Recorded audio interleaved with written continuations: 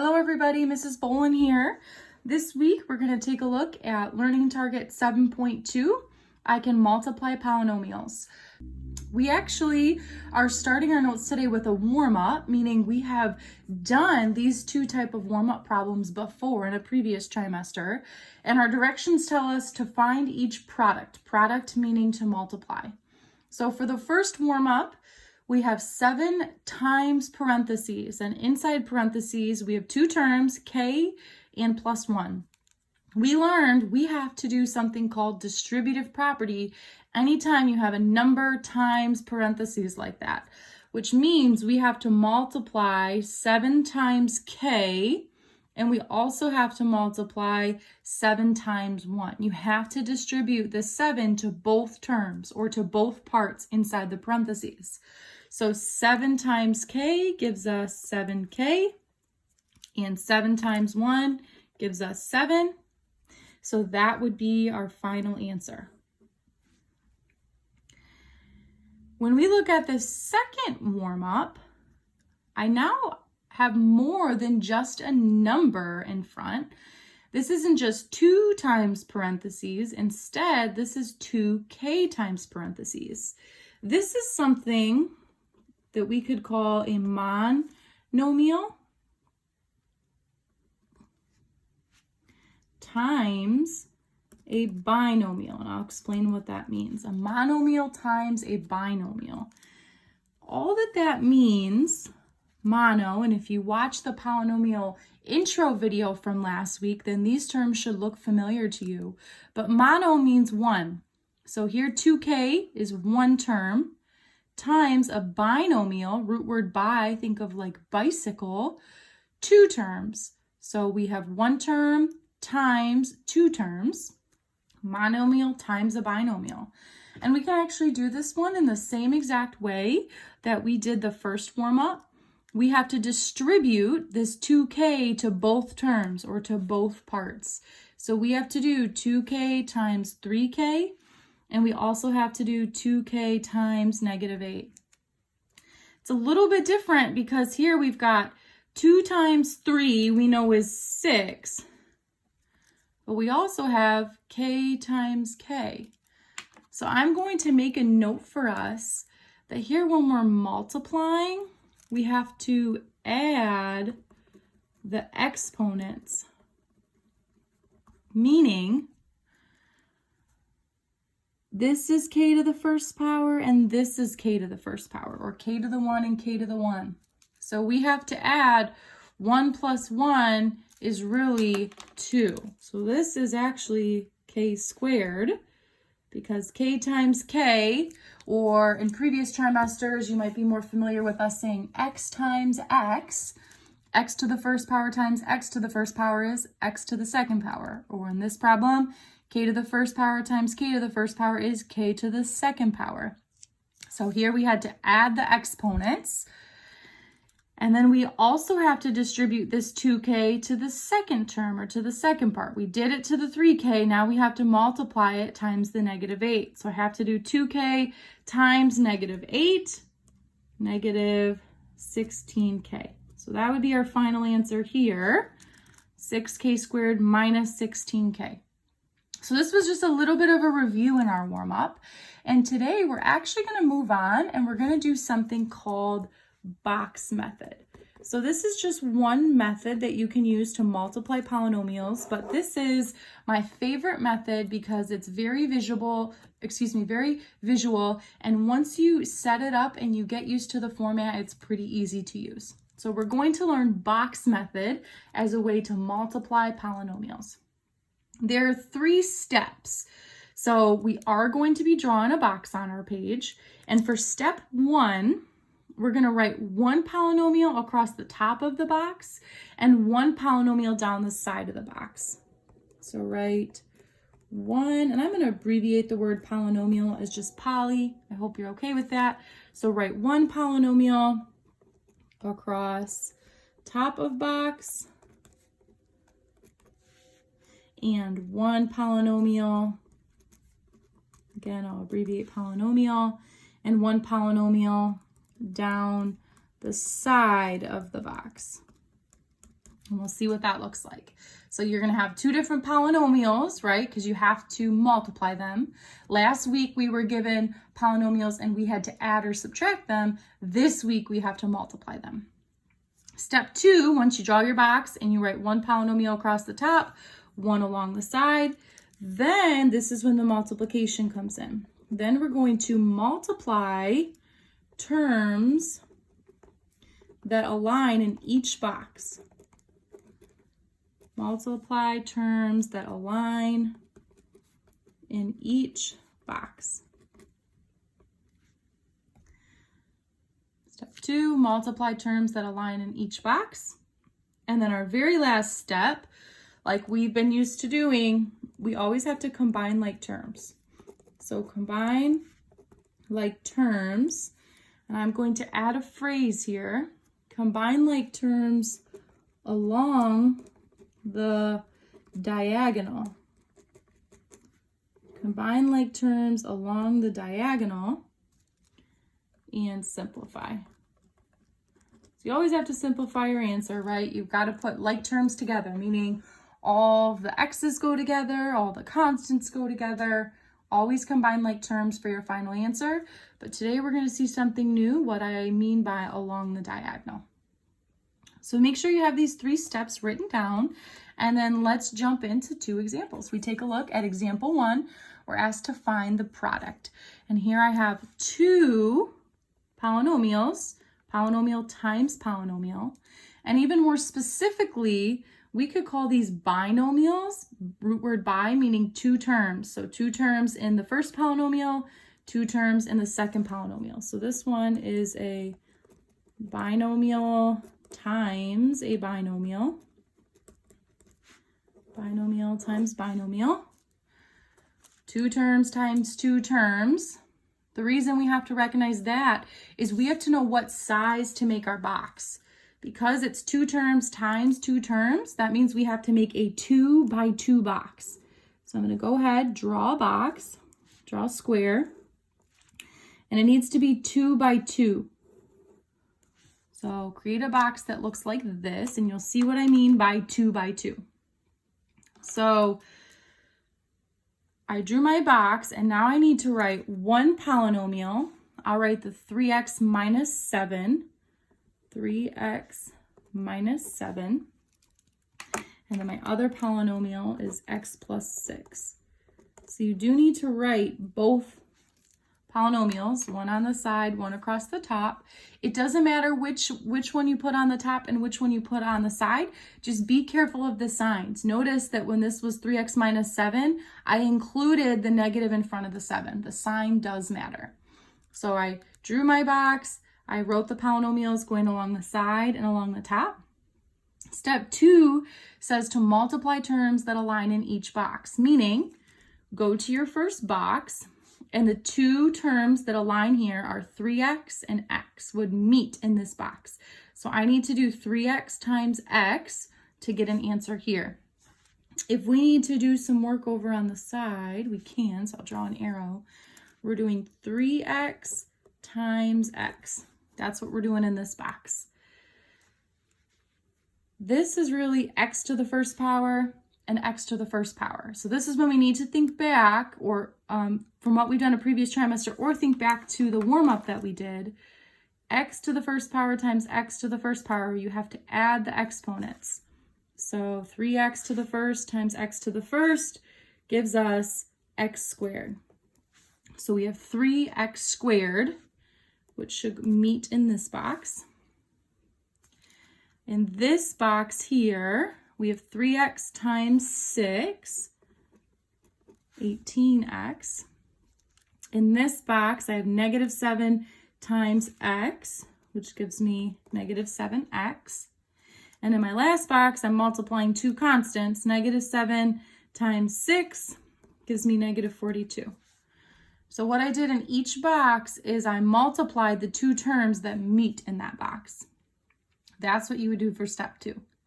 For step 3, we just have to combine. So what is in the box is our answer. That's what we get when we multiply the 2 different polynomials, or in this case, when we multiply a binomial times a binomial. But in step 3, I added some language and I said combine like terms along the diagonal. What I mean by that is the diagonals will always go this way, and your like terms are always along the diagonal, meaning x and x. We can combine those. X's are like terms, so we can combine them. So if I want to write out my final answer, you'll see I've got a 3x squared. Got some x terms here. I've got plus 18x, minus 7x, and minus 42. So all I did was took the 4 terms from inside my box and I wrote them beneath. And by circling along your diagonal, that helps you realize that right here I can combine 18x and negative 7x. They are like terms. You can always combine your x's. So I can do 18 minus 7 to get 11. So then I have 3x squared plus 11x minus 42, and that's my final answer. You can see I've got an x squared term, an x term, and a constant term. And just like we learned last week, this goes in order from highest power down to lowest power, meaning highest exponent down to next highest exponent, and then our constant has no exponent, right? No variable there. So here's example 1 all the way through, and this is how you'll set up all the problems by drawing a box. Let's take a look at example 2. So example 2 is another binomial times binomial, or 2 terms times 2 terms. So that's how you know the size to make your box. So we need to make a 2 by 2 box. So go ahead, make a 2 by 2 box. I always say make it large enough that you have plenty of space to write inside of it. So 2 by 2 box. My first binomial is 3a minus 8. My second binomial is 6a plus 4. So I'm writing 1 going along the side, 1 across the top. Again, it doesn't matter which one's on the side, which one's on the top, but you do need to write 1 on each side. And now for step 2, we need to multiply the terms that meet or that align in each box. So in my first box, 3 times 6 is 18. A times a, or a to the first times a to the first, gives me a squared. In my next box, 3 times 4 gives me 12, and I still have an a there. And this box, negative 8 times 6a, gives me negative 48a. And my last box is nice. It's always here, the constant box. Negative 8 times 4 gives me negative 32. So just be very careful of your signs. Feel free to use a calculator to check your math. Again, you're multiplying the 2 terms that meet in that box. Your last step, we just need to write our final answer, and we can combine along the diagonal. So here's our diagonal, meaning these are both a terms, so we can combine them. So you do need to write your final answer. You can't just leave what's inside the box as your answer. You do need to be able to write your final answer. So I have an 18a squared, and now I can combine my a's. So I have 12a minus 48a, which gives me negative 36a. And then for my constant, I have negative 32. So there would be my final answer, an a squared term. I combined my 2 a terms, and then I have a constant term. So this would be the setup using box method. At this time, there are 2 U tries. So go ahead and pause the video and go ahead and do these 2 U tries using the box method. All right, let's see how you did. So here's my work for the first U try along with my answer. I got 14x squared minus 53x plus 14. Here's my work using box method for the second U try. And then for my answer, I got 48b squared minus 56b plus 8. All right, if we flip to the second page, we have 2 last examples to do. And when you look at these examples, something is different. here we have a binomial, 2 terms times 1, 2, 3 terms. 3 terms is called a trinomial. So we could label this as a binomial times a trinomial, or 2 terms times 3 terms. The reason that it's important to recognize how many terms, again, is because you have to know the size to make your box. We have 2 terms times 3 terms, which means we need to make a 2 by 3 box. So instead of making a square, I'm going to make it a little bit longer, going in one direction. So I'm going to make a rectangle, because now I need to split it up 2 terms by 1, 2, 3 terms. If you wanted to make your rectangle going the other direction, I kind of made mine going horizontally. If you wanted to make yours going vertically, that would be fine. Then you'd have 3 terms going along one side and 2 terms going along the other. I drew my box. Again, it's a 2 by 3 box. So now I get to plug in. So for my binomial, it's 6v plus 5. And for my trinomial, or 3 terms, I have v squared minus 2v plus 1. So I've written my binomial going down the left side, my trinomial going across the top, and then we're going to follow the same steps where we have to go to each box and we have to multiply the 2 terms that would align there.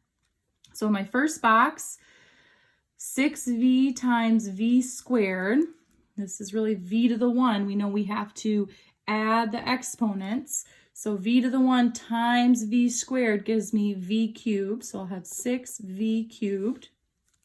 In my next box, 6v times negative 2v. 6 times negative 2 gives me negative 12.